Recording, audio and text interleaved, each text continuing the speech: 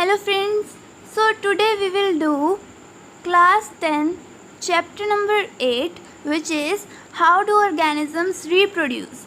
So without wasting any time, let's start our video. So सबसे पहले हमें ये पता होना चाहिए कि reproduction, what is the meaning of reproduction? Re means again, production means produce होना, means process of formation of new generation of young ones of similar type by the grown up individuals. इसको हम और भी simple form में लिखें तो process of formation of new generation by the existing ones and they are similar to the existing ones. और ये similar type के होते हैं, ये चीज़ काफ़ी फैक्टर्स के ऊपर डिपेंड करती है. ऐसा नहीं है कि उनके अंदर वेरिएशंस नहीं होती या फिर ऐसा भी नहीं है कि वो बिल्कुल सिमिलर होते हैं. ठीक है, तो ये चीज़ हम आगे पढ़ेंगे, इसके बारे में भी हम. अभी सिर्फ इतना है कि न्यू जनरेशन फॉर्म होना ग्रोन अप इंडिविजुअल से यानी ऑफस्प्रिंग से, it is called as reproduction. So अब एक क्वेश्चन आता है माइंड में कि रिप्रोडक्शन इम्पॉर्टेंट क्यों है. As we all know that reproduction का पूरा प्रोसेस करने में हमारी काफ़ी सारी एनर्जी वेस्ट हो जाती है. सो रिप्रोडक्शन क्यों ज़रूरी है, क्यों नेसेसरी है रिप्रोडक्शन करना. अगर हम रिप्रोडक्शन नहीं करेंगे, ऑर्गेनिजम्स इसको नहीं करेंगे, तो कुछ टाइम के बाद लाइफ हमारी अर्थ के ऊपर एग्जिस्ट ही नहीं करेगी. That's why reproduction is necessary. और भी कई सारे रीजंस हैं. So let's have a look on the reasons of reproduction. So the first reason is continuity of life. Because अगर reproduction का प्रोसेस नहीं होगा तो इंडिविजुअल्स बोर्न नहीं होंगे तो हमारी continuation of life डिस्टर्ब होगी. Second is replacement of dead individuals. अब इंसान है, वो मरेंगे तो सही, तो उनकी रिप्लेसमेंट करने के लिए रिप्रोडक्शन करना ज़रूरी है. And third one is transfer of characters from one generation to the next. Inheritance. Inheritance का क्या मीनिंग है कि मम्मी पापा के करेक्टर्स बच्चे के अंदर भी आएंगे, उनसे कुछ कुछ सिमिलर होंगे. जैसे आपने सुना होगा कई लोगों को बोलते हुए कि हमारी पीढ़ी इतने टाइम से ऐसे ऐसे चलती आ रही है, तो वो सभी इनहेरिटेंस की वजह से होता है. Fourth one is introduction and transfer of variations. अब इनहेरिटेंस आती है तो कुछ वेरिएशंस भी आती है. ऐसा नहीं है कि वेरिएशंस नहीं आती. वेरिएशन मीन्स डिफरेंस भी आते हैं.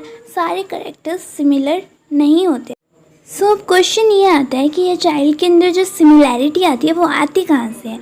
ये आती है डीएनए से. अगर पेरेंट्स की एग्जैक्ट कॉपी होगी डीएनए की तो चाइल्ड जो होगा वो एग्जैक्टली सिमिलर होगा अपने पेरेंट्स के. लेकिन अगर डीएनए की कॉपी होगी बट लिटिल डिफरेंट होगी तो वो चाइल्ड के अंदर वेरिएशंस आ जाएंगी. और ये डीएनए को कैरी कौन करते हैं? जीन्स कैरी करते हैं, जो हमारे पेरेंट्स, ग्रैंड पेरेंट्स या प्रीवियस जनरेशन से चलते आते हैं. डीएनए प्रेजेंट कहाँ होता है? डीएनए हमारे न्यूक्लियस के अंदर प्रेजेंट होता है. सेल के अंदर न्यूक्लियस प्रेजेंट होता है और न्यूक्लियस के अंदर डीएनए प्रेजेंट होता है. Okay, so now let us look at the importance of variations. Means कि हमारे जो डीएनए की एग्जैक्ट कॉपी नहीं बन रही है, वेरिएशंस आ रही हैं, तो उनकी इम्पोर्टेंस क्या है. तो सबसे पहले इम्पोर्टेंस तो ये है कि ये वेरिएशन इंडिविजुअलिटी के लिए इम्पोर्टेंट होती है. कि मान लो अगर वेरिएशंस ना होती तो हम सब सिमिलर दिखते, हम सब एक जैसे दिखते, तो हम डिफरेंस कैसे कर पाते कि कौन कौन है, कौन क्या है. सो उसके लिए बहुत ज़्यादा इम्पोर्टेंट है. Second, accumulation of variation over a long period of time give rise to new species. अब वेरिएशंस होती रहेंगी तो धीरे धीरे एक न्यू स्पीशीज़ का बर्थ होगा.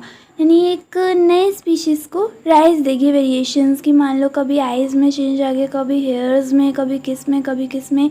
एंड अगर हम और ऑर्गेनिजम्स की भी लें तो डॉग्स के अंदर उनके फेवरेबल कंडीशंस के हिसाब से वो चेंज होते रहते हैं, उनके हेयर्स आते रहते हैं, कोई और भी चेंजेस होते रहते हैं. And the third one is improvement of varieties. धीरे धीरे जैसे जैसे चेंजेस आते हैं वैसे वैसे इम्प्रूवमेंट भी होती है ऑर्गेनिजम्स के अंदर. इम्प्रूवमेंट होगी तो काफ़ी फ़ायदा होगा. प्लांट्स में भी होती है, एनिमल्स के अंदर भी होती है. Fourth one is helps in the survival of a species over time. कुछ टाइम से ज़्यादा तक हेल्प करता है ये सर्वाइव करने के अंदर वेरिएशन.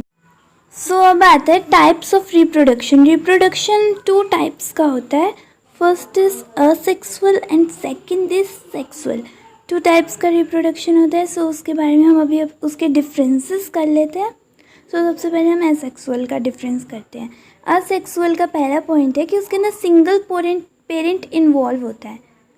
एंड सेकेंड पॉइंट है फ्यूजन ऑफ गैमेट्स नहीं होता है। गैमेट्स क्या होती है? प्रोडक्शन करने के लिए कुछ स्पेशल सेल्स का हमने नेम दे दिया है गैमेट्स। और असेक्सुअल के अंदर माइटोटिक डिवीज़न होती है, म्यूसिस नहीं होती है। फोर्थ, जेनेटिक सिमिलैरिटी आती है, यानी सिमिलैरिटीज़ ज़्यादा होती हैं। फिफ्थ, रैपिड मल्टीप्लिकेशन होती है, यानी बहुत जल्दी जल्दी ये रिप्रोडक्शन हो जाती है, ज़्यादा टाइम नहीं लेती। कॉमन इन लोअर ऑर्गेनिजम्स के अंदर ये कॉमन होती है। वेरिएशंस बहुत कम आती हैं, वेरिएशंस बहुत ज़्यादा कम आती है, यानी ज़्यादातर जो होता है, जो न्यू इंडिविजुअल होता है वो पेरेंट से सिमिलर ही होता है। अब आती है सेक्सुअल रिप्रोडक्शन। इसके अंदर 2 पेरेंट्स इन्वॉल्व होते हैं।